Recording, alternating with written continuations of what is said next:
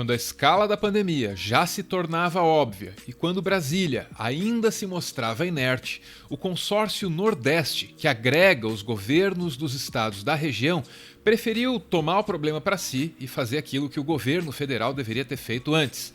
O consórcio montou um comitê científico destinado a munir os líderes políticos da região de informações confiáveis, que é para tomar as decisões corretas. A coordenação desse grupo foi entregue ao neurocientista Miguel Nicoleles, que tinha acabado de chegar no Brasil e é seguramente um dos maiores nomes da ciência nacional. Um neurocientista que transformado repentinamente em epidemiologista para coordenar um comitê científico em plena guerra biológica, né? A experiência, garanto para vocês, é traumatizante e são 9 semanas que eu nunca imaginei viver na minha vida, do ponto de vista pessoal e profissional, que o desafio é gigantesco. Numa transmissão recente do Instituto de Economia da Unicamp, ele falou sobre esse desafio que ele tem enfrentado desde então. E em final de março eu fui convidado para coordenar o comitê científico junto com o ex-ministro Sérgio Rezende, o comitê científico do Nordeste, pelos 9 governadores do Nordeste. E comecei, evidentemente, a pôr tudo que eu estava coletando desde fevereiro junto. Nicoleles, que já andava prestando atenção no desenvolvimento da pandemia antes de voltar ao país e assumir a coordenação desse comitê, ele percebe que a pandemia expõe problemas antigos, problemas estruturais da sociedade. E, evidentemente, a primeira lição que a gente aprendeu, tanto na Ásia, na Europa, e nos Estados Unidos e também no Brasil, é que esse inimigo nanométrico invisível expôs claramente todas as fragilidades do modelo de desenvolvimento imposto ao mundo nos últimos 300 anos e todas as tremendas, enormes fragilidades do nosso modelo civilizatório. A gente pode e deve voltar a essas grandes questões sociais que são escancaradas pela pandemia. Só que antes, seria inteligente olhar para os dados, para os números que foram levantados pelo comitê coordenado pelo professor Nicoleles. Não tem nada parecido com isso no Brasil e as conclusões podem ser do seu interesse.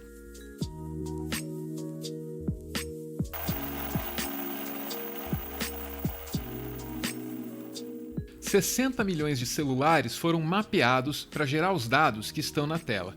Nesse mapa, você vê os deslocamentos pelo Brasil durante a pandemia. Aqui é possível visualizar os efeitos das medidas de isolamento social. Quando há decretos limitando a circulação, as linhas amarelas e vermelhas que indicam os deslocamentos quase desaparecem. Só que aí o Brasil dá de ombros para o isolamento social e o pior acontece. Boa parte do mês de abril, o isolamento aqui está tão intenso, vocês vão ver no próximo vídeo, que os fluxos diminuem. Então, a gente teve um mês inteiro de espalhamento de casos pela malha rodoviária e ferroviária, aeroviária, a ferroviária é muito pequeno.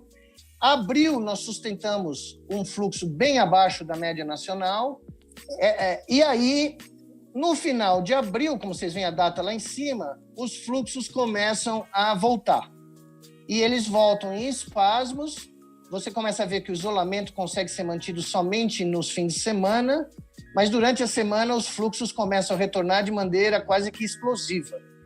E você começa a ver, novamente, tudo aquilo, interior de São Paulo, BR-101, Minas Gerais, o Nordeste tendo fluxos importantes, não tanto quanto a região Sudeste, até o final de junho. Os deslocamentos vistos no primeiro mapa têm tudo a ver com o processo de interiorização da doença. Fevereiro, começam a aparecer casos na costa do Brasil.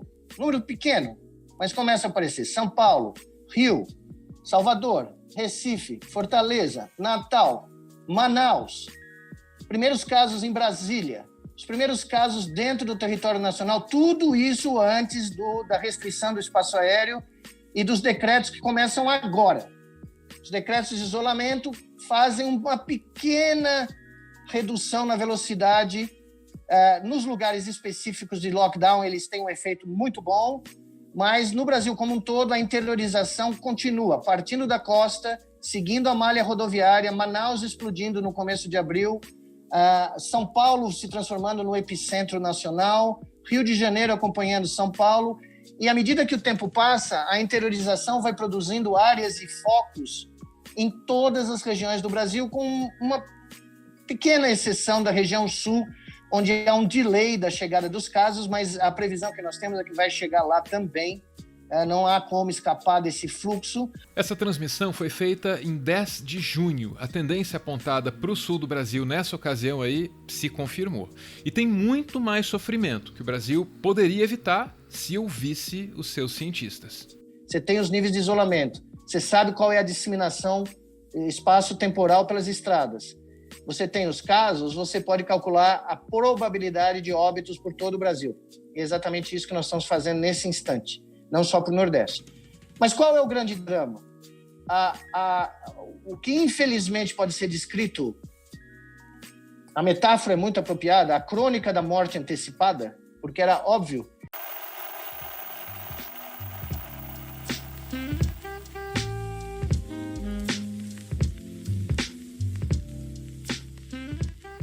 Pouco que o Brasil fez diante da pandemia se resume ao aumento da capacidade hospitalar, um aumento, aliás, que foi irregularmente distribuído pelo Brasil. Isolamento social e restrição de deslocamentos não foram exatamente levados a sério. Disso você já sabe e não deve se esquecer. A sequência de erros absurdos que foram cometidos, que vão ser históricos. São erros épicos que vão ser relatados nos livros de história. E, evidentemente, a gente está vivendo o período, então é muito difícil de ter tudo bem claro, mas os erros começam com a negação da importância da pandemia, a despeito da Europa e dos Estados Unidos estarem sendo massacrados naquele momento, no começo de março. A negação desse fato levou ao retardo do fechamento do espaço aéreo brasileiro. E, com isso, a semente da pandemia no Brasil se instala na costa brasileira, como se fosse uma invasão de uma guerra, de um exército inimigo. Existe outro âmbito do combate à pandemia no qual nós também falhamos. É que nós não conseguimos reduzir a velocidade com que o vírus se propaga. Isso seria possível com um trabalho de base. E quando você aposta única e exclusivamente numa tática de combate a uma pandemia a nível de hospitais e UTIs e não aposta em ir na trincheira com equipes médicas de saúde primária da família para atacar o vírus nas casas das pessoas, nos bairros, nas periferias, para quebrar o crescimento exponencial de casos, interferindo com o fator de replicação, aí o famoso R, que todo mundo fala hoje, e poucas pessoas sabem calcular. Mas, enfim, se você não usa uma estratégia casada, claro, você tem que preparar os hospitais para os casos graves, que são de 3% a 5%. Mas se você não quebrar a transmissão dos restantes, você tem uma epidemia fora de controle.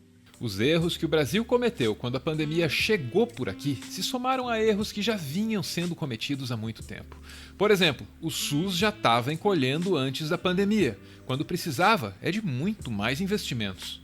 Mas no caso do Brasil, o SUS é essencial, é fundamental, ainda é, apesar de ter perdido mais de 20 bilhões de reais no ano passado, só no ano passado, ainda é a grande esperança que nós temos de ganhar essa batalha, porque ele é capilarizado, ele tem unidades distribuídas para a vasta maioria do território nacional, mas, evidentemente, ele deveria ter sido... O professor Belos não está aqui, mas nós fizemos um cálculo como a gente chama, né, nas costas do envelope, eu e ele, há uns meses atrás, que o Brasil tinha que ter investido por volta de 80 a 100 bilhões no SUS. Muitos dos erros apontados por Nicoleles parecem ser cometidos em nome de uma normalidade que ficou no passado e não tem nenhuma condição de sair de lá.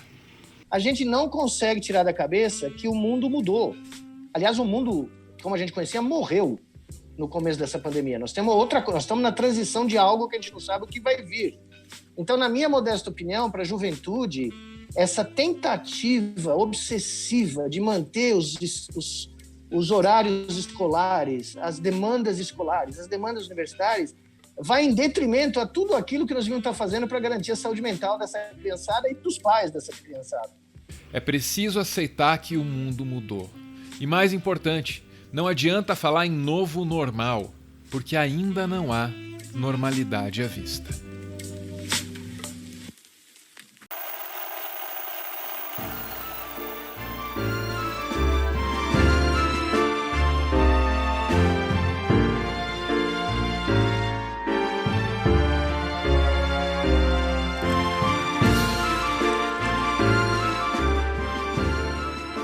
Muito obrigado por ver esse vídeo até o final. O Meteoro é mantido graças a uma campanha de financiamento coletivo. Quem participa ouve um podcast exclusivo e aparece aqui no finalzinho para receber o nosso agradecimento e para homenagear quem ama. Hoje a gente vê aí o Luiz homenageando a Denise, que está de aniversário no dia 13 de agosto, é a próxima quinta-feira agora. Diz ele: querida Denise, o seu Luiz quer te parabenizar através desse canal que acompanhamos juntos a cada vídeo. Sei que não é possível sairmos nessa data especial, mas da nossa casa, meu amor, chega esse recado de quem jamais pensou na vida em viver tão feliz, em encontrar uma parceira tão compreensiva, amorosa e que não há presente suficiente que supra a felicidade que eu sinto em compartilhar meu mundo com você, aprendendo muito todos os dias. Eu me orgulho muito das ideologias, do feminismo, da sua arte, me divirto com seus desenhos preferidos, Adventure Time, Steven Universe, nesse canal aqui que nos une e no qual eu posso expressar meu amor por você. Te amo. Beijo, gente. Valeu!